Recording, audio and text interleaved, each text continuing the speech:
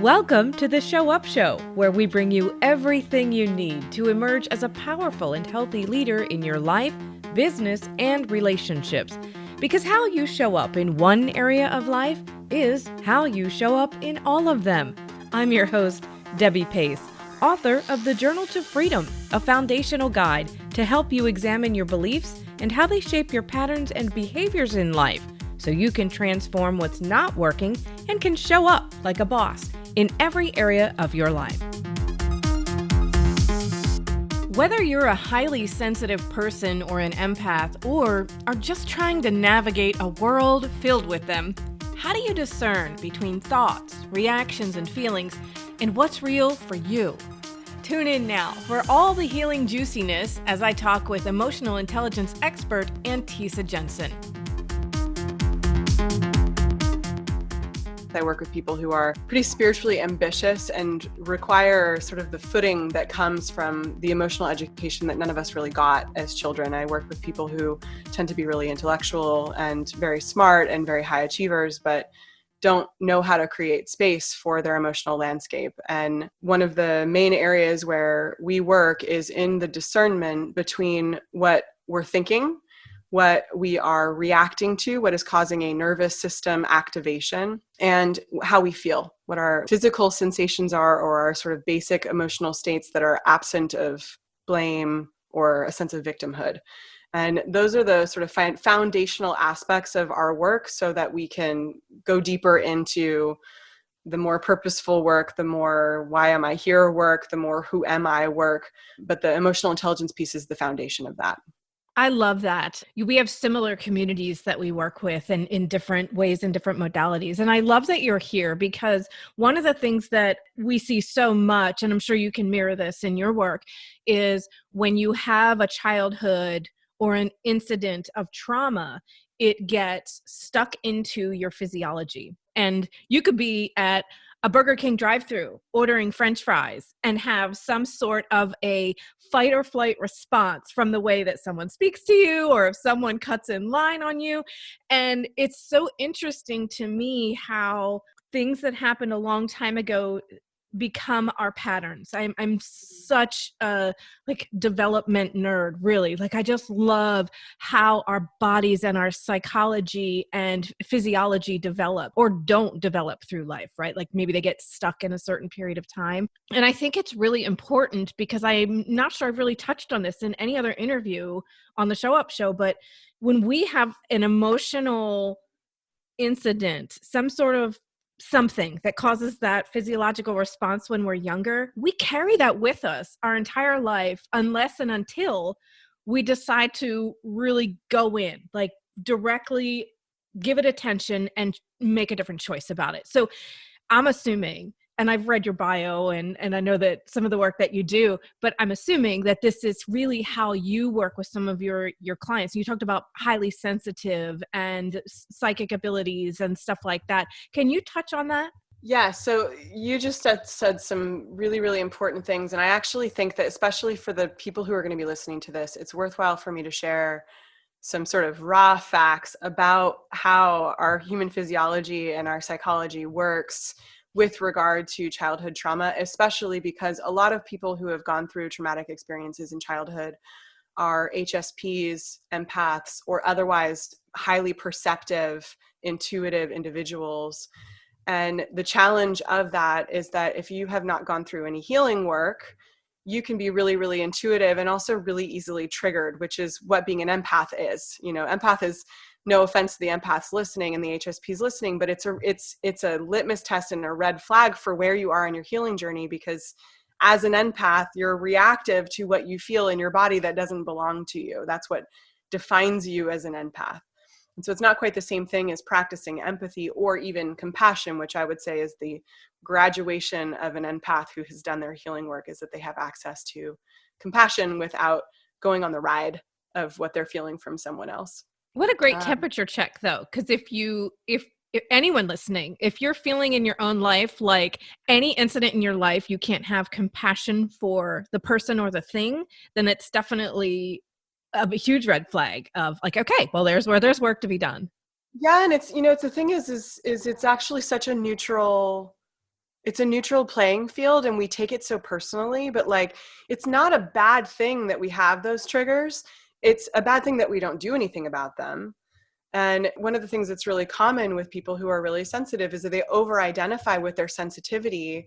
And what they're over-identifying with is their nervous system, not with their perceptivity and their intuition. And you want to work with a person to clear out the nervous system reactive state so that they can use their perceptivity, because it is a gift. I mean, like, it is truly a beautiful thing.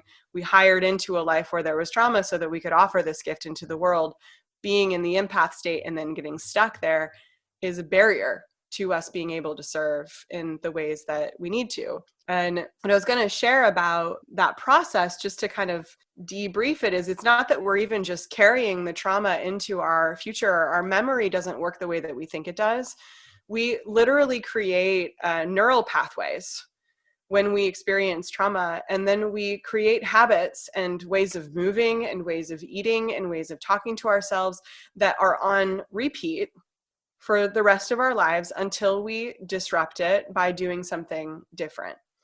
And there's this concept of post-traumatic growth, which is really important in terms of healing, because when you're triggered, you can use those opportunities, so long as you don't get wrapped up in being triggered and wanting to fix it and get rid of the sensation of being triggered, to really rewire and create new neural pathways in the moment that the vibration is at the same place that the trauma was. And it's not like we're carrying it and we need to drop it off. It's that we need to actually do the work of creating new habits and new ways of talking to ourselves. And of course, some of that comes with being mindful, but it's an essential aspect of healing work that is especially important for people who are here in the world to bring their perceptivity to others and to serve in that way. Yeah, you're laying down so much gold right now. Really. It's like I'm floating on a river of gold right now that you're laying down, because it's so important that you've shifted. And even in my own life, I know I was highly perceptive and highly intuitive, and always saw that as a curse, like the first probably 3/4 of my life, because I was in tune to things and people's responses and their energy that other people weren't. And I'm talking years or even lifetimes worth. And some people were never able to see it.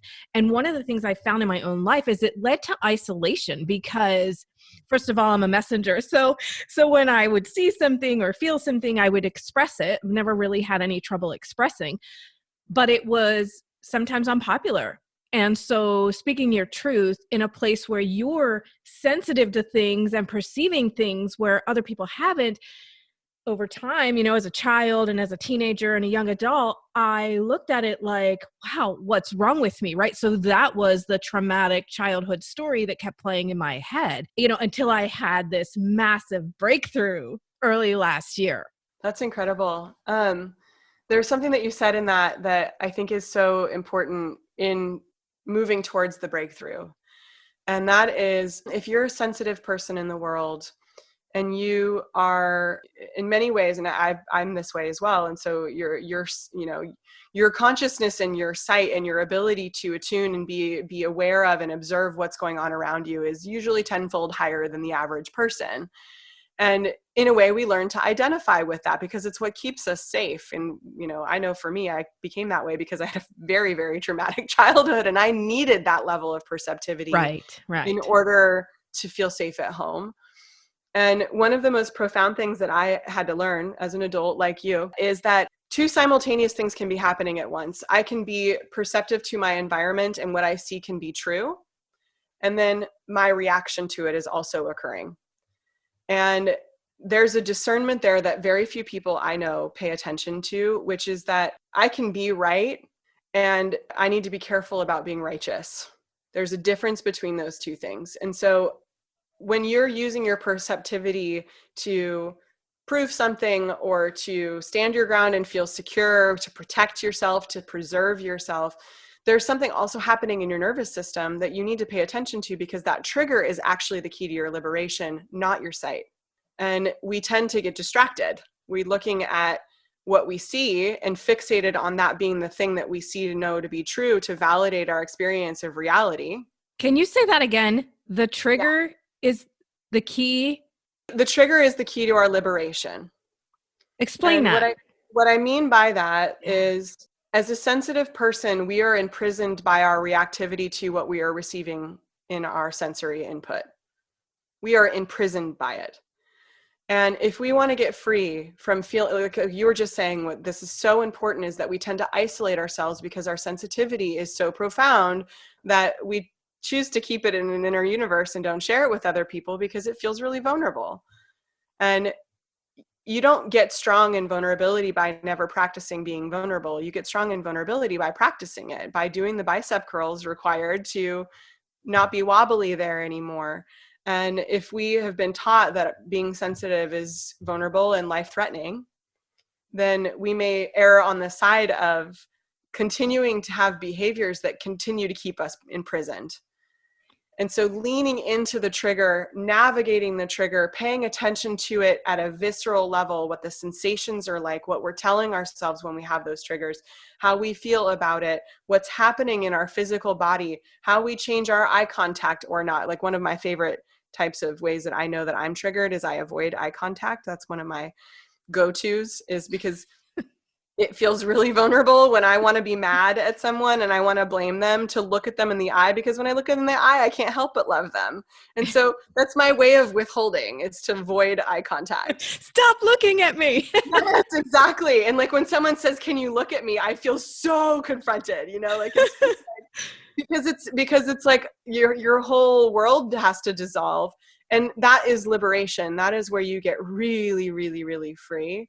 And then you're no longer bound by the way that your nervous system has been repeatedly patterned to show up under specific circumstances. And that is so important in relationship and also business. So I feel like you've kind of breached a little bit here and there about your own story in this. You seem very knowledgeable. Obviously, you're knowledgeable about the effects of trauma, but you're extremely knowledgeable about how to move, how to liberate from that. Can you talk to me a little bit about how you got to that place, how you learned all this for your, Well, I mean, the story is that I was a fantastic fortress for a very long time. And, I grew up in a very traumatic environment with all different kinds of abuse and neglect. Neglect was kind of the common one. And then there was a lot of manipulation and control from depending on the family member. So that there was a lot of insecurity in my home environment. But I was also an incredibly smart and gifted child. I was born with perfect pitch. I learned things really quickly. I had a photographic memory. And so I learned very easily and instinctively how to be 30 steps ahead of everyone else, running at 20% capacity. And that was how I stayed safe. And so I don't have many experiences of being truly vulnerable in the first 30 years of my life. Like I didn't know, I did everything I could to avoid feeling vulnerable.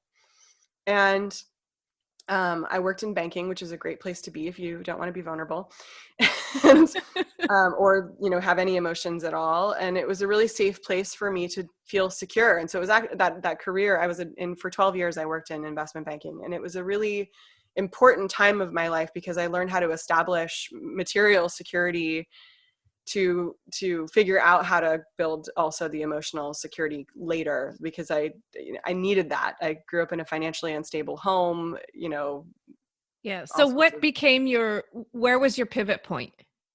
My pivot point was in a realization that actually I don't know everything, which came, I think the most marked pivot was while I was traveling in South America, and I was totally out of control for an entire month because South America is not a place where things work. And I tried to control my way into making my itinerary function. And me and my friend that I was traveling with got abandoned in the middle of nowhere in a dangerous area of Peru. And I thought that we were going to be killed. And I was out of money. And this area of Peru, southern Peru, is well known for corruption in the police. I had read so many awful blogs about people getting kidnapped. And so there was a very real reality that we could get into someone's car to be taken and then be dismembered in the desert. And so the trauma response is so high. So yeah, high. I was completely, and I kind of have like a fireman's mentality. Like when crisis happens, I get things done and I go into the zone. And what I did with this is I went into the zone to like get us out of where we were and get us to where we needed to be. And when we arrived where I needed to be, I wanted to get a refund for having been abandoned in the middle of nowhere, and was told by this poor woman who happened to be helping me at the bus station in Puno in Peru that if I wanted a refund, I needed to go back up to Cusco, which was a 14-hour bus ride from where we were to get my, I don't even know, $14 back. And it was the last thing I wanted to hear. I wanted her to say, excuse me for this massive inconvenience. We will give you your money back. And I lost it. I had an angry outburst. At that point in my life, I had been overtly angry maybe 5 times in my entire life. That's how fortressed I was. And I did not recognize myself. And very quickly afterward, my friend had found a solution to get us to where we needed to be.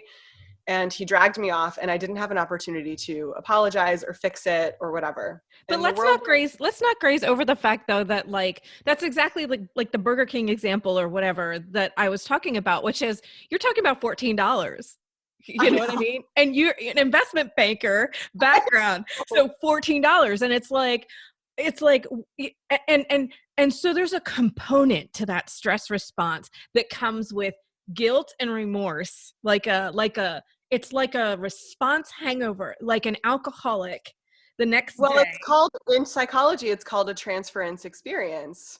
I felt deeply betrayed by Peru, by the bus company, and by this woman, and abandoned because we had been abandoned. Like I literally got abandoned in the middle of nowhere, and it hit on my deep feelings of betrayal and abandonment that I had not looked at that point in my life. And so I didn't have any of the tools to handle it. I thought either someone was at fault or I was at fault, and I needed to apologize. And I could see both sides of the story in this case. And I understood that it wasn't my responsibility to know what to do, but it was the first time I found myself in a situation where that had occurred, and I didn't know how to handle it. And I had felt rage in my body, which I could logically see was disproportionate to the event. Good. That's a good word. Disproportionate. Yes. Yeah. And yet it was still there. And real. And every part of your being said, this is what is happening right now in my life. Exactly. And I was haunted by that. And I was haunted by that for a year and a half until I eventually started to meditate. And during that year and a half, I developed IBS. I lost my voice. I started having anxiety and panic attacks almost every night. And I became a hot mess. And I was a woman who had everything together. Of course you were. And so it was I had an existential crisis. I did not recognize myself anymore. I had no idea who I was. And it was the best thing that ever happened to me because from there, I could find out who I was. Yeah. So how long ago was that? That was 6 years ago. That's like such a really powerful piece to it too, because so many people coming into this community, so many of our listeners are either in or have gone through at least one stage of reinvention where it's like the high achievers, you've succeeded, you get to the top of your ladder and you look and it's either lonely or isolated, or you feel empty. You feel like, wow, this is not what it's about. Or you're dealing with these, you don't even get to that top rung of the ladder because your body starts breaking down, your mind starts breaking down and creating illness and creating all these things. And so how did you know, like, just to kind of, give a brief summary, how did you get into this work and how did you know it's what you wanted to do? It was fundamentally earth-shattering for me to find out how simple and how much time I would have saved had I had really, really basic emotional intelligence skills while I was on that trip in Peru. And I did not want anyone to have to go through what I went through because they lacked that information ever again, because coaching is an accelerator. Emotional intelligence is an accelerator. Having someone who's advocating for you is an accelerator. And I spent 2 years of my life messy and miserable and spinning because I didn't know what to do and who I was, and I didn't even know where to go. I work with the type of people who are like me, who would never think to ask for help. And so they're not going to necessarily go to Google and say, how do I find a coach? they're going to follow their inspiration until they find the coach that they're a yes to. You know, there's I think Lao Tzu says this, that when the student is ready, the teacher appears. And that's my sales strategy and my method for my business. It's weird to call it a sales strategy because I don't even think of it that way, is that I use magnetism. And Joe Dispenza talks about magnetism as this is me very much paraphrasing on how he talks about it, but it's one thing to manifest with your thoughts. That creates electricity. This is how Joe Dispenza talks about it. And the magnetism comes from your feelings. And if you are not aware of your feelings, or you are blocking your feelings, or you are like feeding off of your reactive behavior, you do not have agency in your ability to attract what you say that you want into your life. And not only do I teach magnetism to my clients who also are entrepreneurs, but I use it in the sense that my emotional awareness and my consciousness at a cellular level in my body is the way that I attract people to me. So they come of their own accord, not because I've hooked them in with fancy language. Right. And every coach that I have gotten over the last 5 years has been a magnetic piece. So It's almost like I like to talk about flowing down the river. It really is. It's like when you get to that certain point in the river that it's time, the branch appears. Yes. Every single time. Yeah. And I have deep trust in that. And so I don't do typical, like if you were to look out in the industry, I don't do typical lead gen work. I don't have a standard funnel. I don't, have ClickFunnels or whatever it's called. I started with my most expensive offering, which is the most backwards way to do it. But I also was very, very focused on magnetism and mastery in my craft, so that when I attracted people to me, I could give them what they needed and facilitate them getting to where they wanted to go. And that has been so serving in the longevity of my business. And my clients get results, and they get results because they're attracted to me because they know that I have something to offer, not because some fancy person who's really good at copy wrote my website. So if they are interested in finding you, what's the best way that they can get in touch with you? My website is a strong transmission of who I am. There's also a lot of resources on there. I'm sure once this interview is live, it will also be on my website. I have a whole resources section. I'm actually building up a membership right now where people can get a low investment taste of how I work. But my website's filled with blogs. I've written all of the copy myself. It's filled with videos of who I am and how I work with people. That gives you a really good imprint of what my energy is like. And my podcast interviews are really a great way to get a vibe. So people listening to this probably already have a really good transmission. There's a lot that gets conveyed in the human voice. Right. That doesn't necessarily come through in words, though I do get the reflection that my words are also filled with transmission as well. But right. So what's the link? You want to drop the link for us? Yeah, it's AntesaJensen.com. So that's ANTESA Jensen, JENSEN.com. If you like what you're hearing on the Show Up Show, be sure to subscribe. And if you really, really, really like it, please leave a 5-star review. If you'd like to connect with the Show Up Show on social media, you can find us on Facebook at The Show Up Show Podcast or on Twitter at The Show Up Show. Let's be sure to connect over on the other side. Thanks for listening.